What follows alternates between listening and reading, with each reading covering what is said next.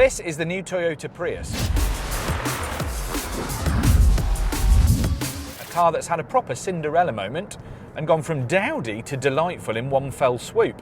And I've been tasked with testing it in the most Prius way possible. So I've decided to ball up all of the Uber cliches and become a non-Uber Uber driver. And I've got to pick up my first rider here at London's Heathrow Airport at 9 AM. Though obviously I'm not a real taxi, I'm more of a fake one. I hope it's a celebrity. Actually, I just hope it's Dua Lipa.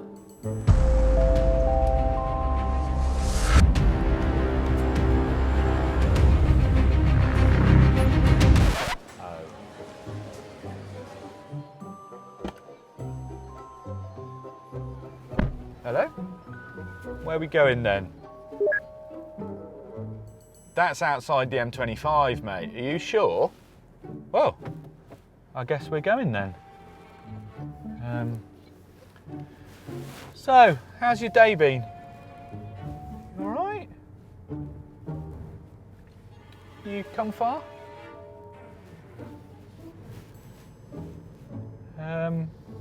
His headroom looks a little bit tight in there as well.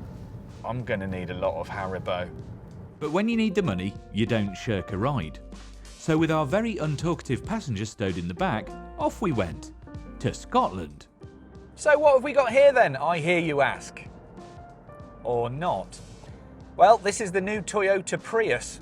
A car that wasn't going to come to the UK, and then we all saw it, thought it was beautiful, everyone made a noise, and now, good news, it's going to be on sale here in England. And that's great, because this isn't like any Prius that has gone before it. I actually remember testing the original Prius, and that looked like a deformed turtle. It was not pretty. But this new PHEV is super slinky, and we're going to get it in the UK in two different grades, but both with a 13.6 kilowatt hour battery and a 2-litre combustion engine, so it's a proper hybrid. Now that will make it fairly nippy, which we'll talk about later, and it'll be really good for efficiency. This is all good news.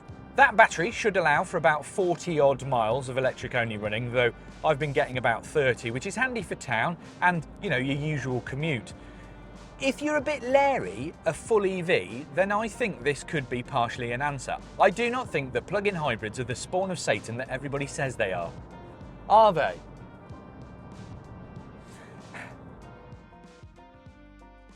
Fun fact, the longest ever Uber ride was actually from Heathrow to Loch Lomond. So if we go further than that, we actually have broken the record if I was a real Uber driver. Yeah. Shall I put the radio on? Having dealt with the interminable hellscape of the M25 and the lack of Dua Lipa without significant problems, the litre of coffee I'd consumed needed to see the light of day, so we stopped for a quick refresh. Hello Moto Rugby. Although the passenger didn't seem too happy about it. I don't think he understands human biology. You know what? Every time I walk back to this thing, I'm genuinely surprised that this is a Toyota Prius. I think it's hugely good looking, and I'm saying that about a Toyota Prius. Now there's cheaper versions globally. There's one in the States that's a non-PHEV that's about 25 grand, but the ones that are coming here are going to be around about £40,000. The first generation, the really ugly one, came out in 1997 in Japan, a couple of years later globally. That's 27 years ago, and it was arguably one of the biggest game changers in a generation, being realistically the first mainstream hybrid passenger car. This one is the 5th generation, and it's the only one that has looked desirable. I mean, the others were fine, but you'd never show off about owning one. I mean, just drink this in. It's got this kind of wide light bar that wraps around the front, and it's got the headlights and the kind of sensors in it that makes the car look not exactly aggressive, but kind of sophisticated. And then as you move down it, it's got a long, low coupe-ish shape with the door handles that are actually up here in the C-pillar, so it keeps the lines nice and tidy. It's also got the same kind of thing going on at the back, so it's a long, wide light bar that makes it wider and lower than it really is, and obviously it's really practical because it's a hatchback, except for the fact that it's not actually practical. There's less headspace, front and rear.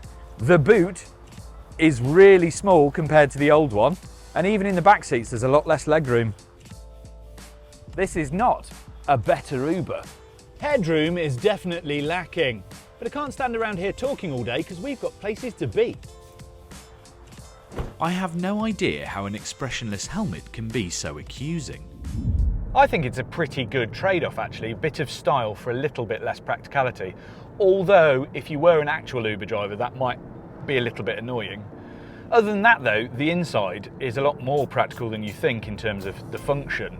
It's a bit less stylish than the outside, but it does a good job. So you've got a big touchscreen here, some physical buttons and rocker switches in the middle for things like the aircon, heated seats, all that kind of stuff, wireless charging pad, conventional gear select, a little slot for your phone, all the usual things that you need on a long journey. And it has got lots and lots of advanced driver assistance systems like lane keep assist, and generally it seems to work really well. It just takes a little bit of the stress out of a long journey, and this being a Toyota, it just kind of works. What do you think about it, mate?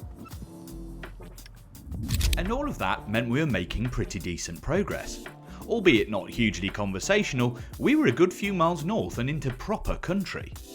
The Prius was managing pretty decent MPG, even though I hadn't managed to plug it in, but some traffic avoidance measures meant that I had to abandon the motorway in an effort to keep moving. On a back road, this is not bad. Total system output for the Prius PHEV is 223 brake horsepower, which is hot hatch kind of speed, 0 to 62 in 6.8 seconds. That's pretty quick. And there are driving modes, so you can have it in normal, eco or sport, or just full EV. So full EV just uses up the battery until it's all gone. Normal is a bit of both. Eco extends the range, so it'll do things like knock back the air conditioning and slacken off the throttle response. And sport, it isn't really. It's not very sporty. I mean, the steering is accurate, but a bit numb. It's got low rolling resistance tyres, so even though they're a 205 section, quite wide section, they don't feel like they've got an awful lot of grip, but it's got good body control. It feels a little bit firmer sprung than any Prius I've driven before, and it's well damped, so feels more expensive. The only things I really don't like is the Prius PHEV only comes with a CVT gearbox, so I know it's more efficient, but when you floor it, the engine will go to a torque peak and then hold that rev range. So it's a bit drony, kind of, it just makes my teeth itch. It's got pace, but not the feel, if you get what I mean. There's also brake regen that works. Pop it back into B mode, then every time you lift off the throttle, the car will slow down, put some more energy back into the battery. It's not as strong as it could be though, so it's not a proper one-pedal car. Generally though, this is a bit of a revelation compared to other Priuses. So even though it's not a sporty car, it's got a bit more feel, a bit more body control, a bit more kind of conviction and intent. It's fine. I think the way it looks makes you think it might be a bit more sporty than it is, but generally I've really enjoyed driving it. And to be honest, it's been getting 60 plus MPG and we've not plugged it in. So that's pretty efficient too. The way it drives, it feels like it's cutting through the air. It feels aerodynamic, which is quite nice. Though when you go too fast, it will just understeer. It's not really got much going for it in the sporting department. But then it's not a track car, is it? So who's going to take these to a track? Only an idiot. But then the sat-nav decided to add a stop, or the Stig did via some sort of wireless transfer, and it soon became clear that someone needed some exercise. Oh, well, here we are. Are we swapping seats then or something? Yeah. Okay, so I guess we are actually going to test the Prius on a racetrack. On you go, Stig. Oh, so that's a CVT gearbox. I mean, old Priuses used to be a lot worse. She'll go. Oh my God. 2 wheels.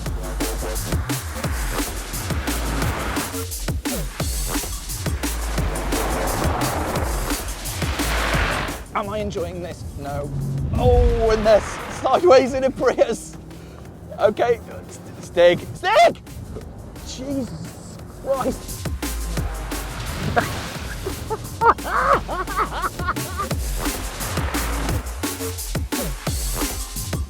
There's ones in the world that have an electric back axle, so they're 4-wheel drive. I think I'd prefer that one. I've never seen a Prius do this. Is it terrible at going around a racetrack? No. Am I enjoying this? Also, no. Well, I am, kinda. I mean, oh my god. Oh. But once the Stig had been let out and exercised, we had to keep going. And going. And going. Until finally it was time to rest. We tried to book him a room. We really did.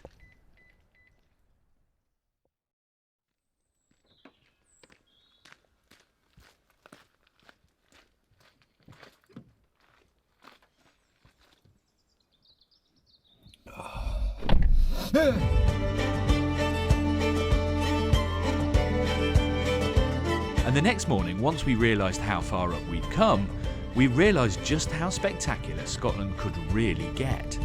If you'd asked me 10 years ago which car I'd least like to drive on these roads, I'd have probably said a Toyota Prius. But not anymore. But finally, we reached our destination, which didn't actually appear to be a destination. Well, this is where we said. I mean, are you sure this is where you want to be? Are you... Hang on a minute. He's gone. Hang on. Oi, what about my star rating? What about tip? I guess that's him gone then. Thing is, most people know the Toyota Prius as a private hire vehicle because it's reliable, frugal and relatively spacious, but really boring. Or it was. Now it's reliable, frugal, pretty quick and really good looking. It makes it a truly desirable car. It's probably the biggest glow up we've ever seen in the automotive industry. It makes it a much worse Uber, but a far, far better car. Oh, I've just realised I've got to drive home.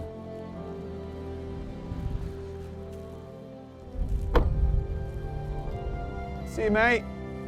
Thanks for the conversation.